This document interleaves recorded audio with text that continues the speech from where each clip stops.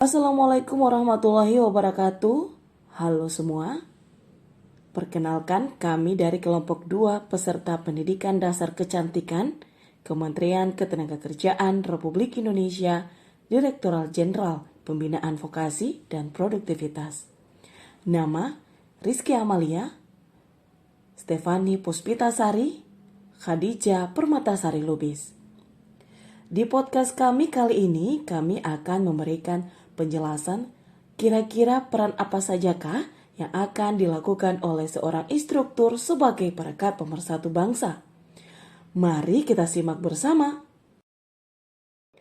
Pertama, toleransi, mengedepankan Bhinneka Tunggal Ika. Indonesia terdiri dari sekitar 1.340 suku, lebih dari 700 bahasa daerah, dengan 6 agama yang diakui di Indonesia. Maka dari itu terdapat tulisan Bhinneka Tunggal Ika pada burung Garuda yang menjadi dasar dan semboyan negara kesatuan Republik Indonesia sebagai perekat dan pemersatu bangsa. Hal ini diharapkan membantu mengingatkan setiap warga negara Indonesia sebagai satu kesatuan NKRI, sebagai seorang ASN yang melaksanakan fungsi perekat dan pemersatu bangsa, maka ASN harus menjaga kesatuan NKRI tersebut.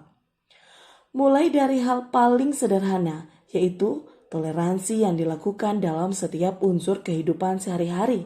Sebagai contoh, toleransi dalam bertetangga, toleransi antar umat beragama, tidak rasis terhadap suku, ras, dan agama, toleransi dalam berpendapat.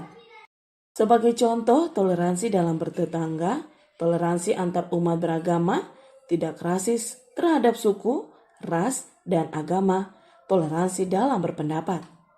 Musyawarah mufakat. Kedua, musyawarah mufakat. Dalam berpendapat, ASN harus dan terbuka dalam memberikan dan mendengarkan pendapat dari rekan kerja maupun atasan. Tidak hanya saling mengemukakan pendapat, ASN juga harus saling menghargai pendapat sehingga musyawarah mufakat dapat tercapai. Musyawarah mufakat.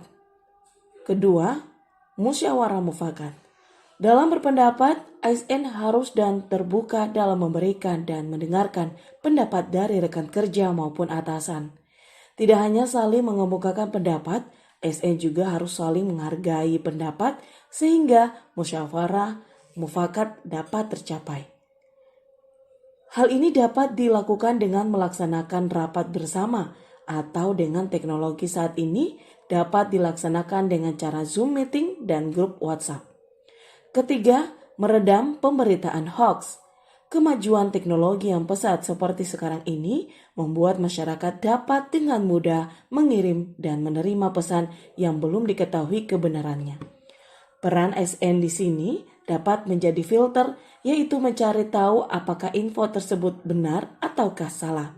Jika salah, ASN dapat meredam informasi tersebut dan memberikan informasi yang benar, sehingga masyarakat dapat merasa aman dan nyaman dengan informasi yang mereka terima. Keempat, netralitas.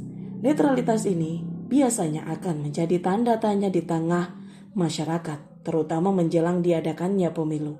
Maka dari itu, sebagai seorang ASN harus dapat menunjukkan dirinya sebagai seorang ASN yang bersih, netral, dan terbebas dari intervensi politik. Hal ini dapat dilakukan dengan menolak ajakan kampanye, tidak menghadapi pertunjukan seni apapun yang mengatasnamakan sebuah partai, sehingga dapat terwujudnya SDM yang netral dan dipercaya oleh masyarakat. Ini dilakukan agar terwujudnya percepatnya reformasi birokrasi dan SDM yang lebih transparan. 5. Profesionalitas. Profesional dalam bekerja harus terjaga dalam setiap tugas pokok dan fungsi ASN, yaitu dengan cara tidak memihak. Dengan begitu ASN dapat terhindar dari KKN dan juga intervensi politik. Tidak ada konflik kepentingan dalam pelaksanaan tugas dan terbentuknya lingkungan kerja yang tidak diskriminatif, namun penuh toleransi. Dalam bekerja, contoh dari profesionalitas dapat dilakukan mulai dari hal sederhana, yaitu dengan mendengarkan pendapat orang lain menerima masukan dari rekan kerja dan masyarakat. Yang terakhir, komitmen. Majemuknya perbedaan adalah suatu harga mati. Hal itu dicerminkan di dalam proses pelatihan pada kecantikan di balai-balai pelatihan yang ada di Indonesia. Penggunaan bahasa Indonesia yang baik dan benar adalah suatu keharusan yang dilakukan oleh setiap peserta pelatihan dan instruktur. Ini dilakukan dalam rangka mempererat kita semua, karena kita dilatar belakangi oleh suku dan bangsa yang berbeda. Dengan penggunaan bahasa Indonesia yang baik dan benarlah bisa mempermudah kita dalam berkomunikasi. Kita dapat membayangkan bagaimana gaduhnya dan sulitnya kita dalam proses pembelajaran pelatihan bila tidak ada bahasa pemersatu yaitu bahasa Indonesia.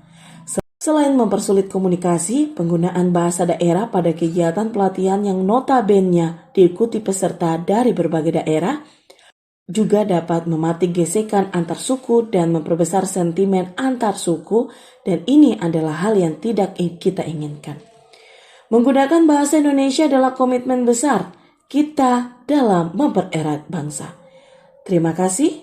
Wassalamualaikum warahmatullahi wabarakatuh.